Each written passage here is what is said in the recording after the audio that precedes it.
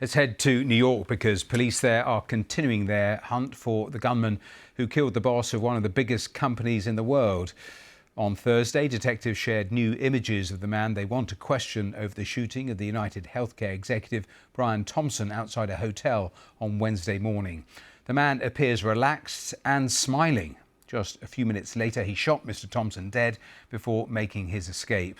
Well, more details are emerging about his movements leading up to the killing, but so far his whereabouts remain unknown and his motive is yet to be fully established. Let's speak to our correspondent John Sudworth, who's there in New York for us. And John, what is the latest that's coming from the police and also from New York's mayor?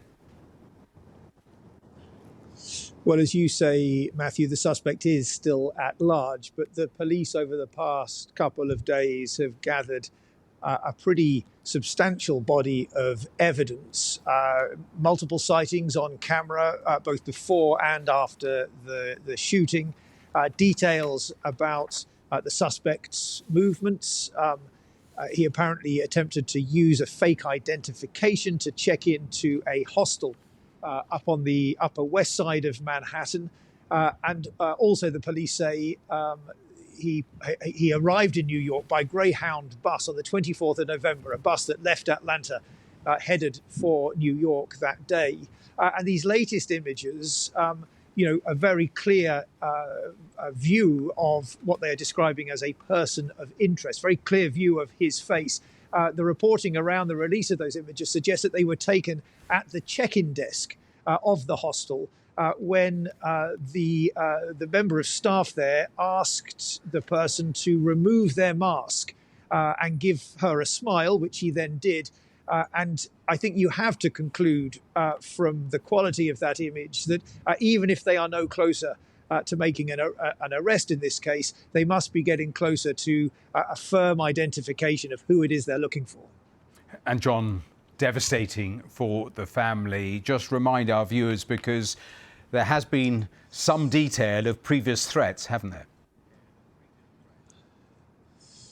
Yeah, well, on the day of the shooting, Matthew, Brian Thompson's wife gave an interview in which she said that her husband had been receiving threats. She didn't go into much detail about the nature of those threats, but that will clearly feed into the investigation.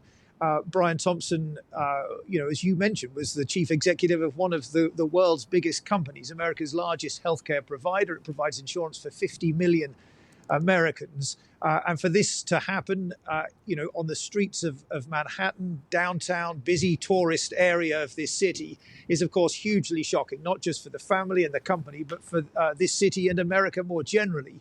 Interestingly, Matthew, in terms of motive, the police are not giving any detail. There's a lot of speculation, as you might imagine. A suggestion, again from police sources, that the bullet casings recovered at the scene had the words "deny, defend and depose" written on them, and some reporting suggesting that those words closely match some of the language around the concern from campaigners that America's large healthcare companies often strategize ways to avoid paying their network of patients. A lot of concern about that over the past few years. So, in the wake of this shooting, an outpouring of similar complaints on social media here. Now, we do not know at this stage whether Mr. Thompson's position as CEO of UnitedHealthcare was connected to this killing. But what's very clear is that a lot of the healthcare companies are taking precautions themselves, removing from their websites the leadership pages showing the photographs and names of the senior management teams. That's interesting. John Sudworth live for us there in New York. Thanks very much. Let's speak to visual forensics reporter at the Washington Post, Jarrett Lay. And Jarrett, welcome here to the programme. A general question first, because it is astonishing, isn't it? Just the brazen nature of this shooting. Hi, Matthew. Yes, thank you for having me. It's an incredible moment, I believe, for the sheer number of video cameras that are present in this part of Manhattan. As a forensics reporter, my focus has been on tracking down this footage that we have of the suspect in this homicide in order to reconstruct the movements of the suspect before and after the homicide. In terms of the manhunt, presumably the police are massively helped by just the enormous public interest in this. I can't speak to what the police have been helped by, but I can speak to what the press have been helped by, which has certainly been there have been a lot of local store owners who I've spoken with and have graciously spent many hours with me overlooking their surveillance footage and have become really invested in understanding how this person got from point A to point B. And we've been able to understand, for example, and locate how he came out of the F train nearby at 6:15 in the morning, passing by a Starbucks and then turning down the block.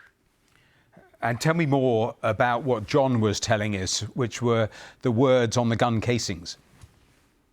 I can't speak specifically to the words on the gun casings. However, I was there when they were collecting the evidence on the scene, and I can say that there were a collection of live rounds, casings, and fragments, as well as some blood on the scene. Jarrett Lee, we have to leave it there, but thank you so much for joining us live there from the Washington Post. Thank you, Matthew.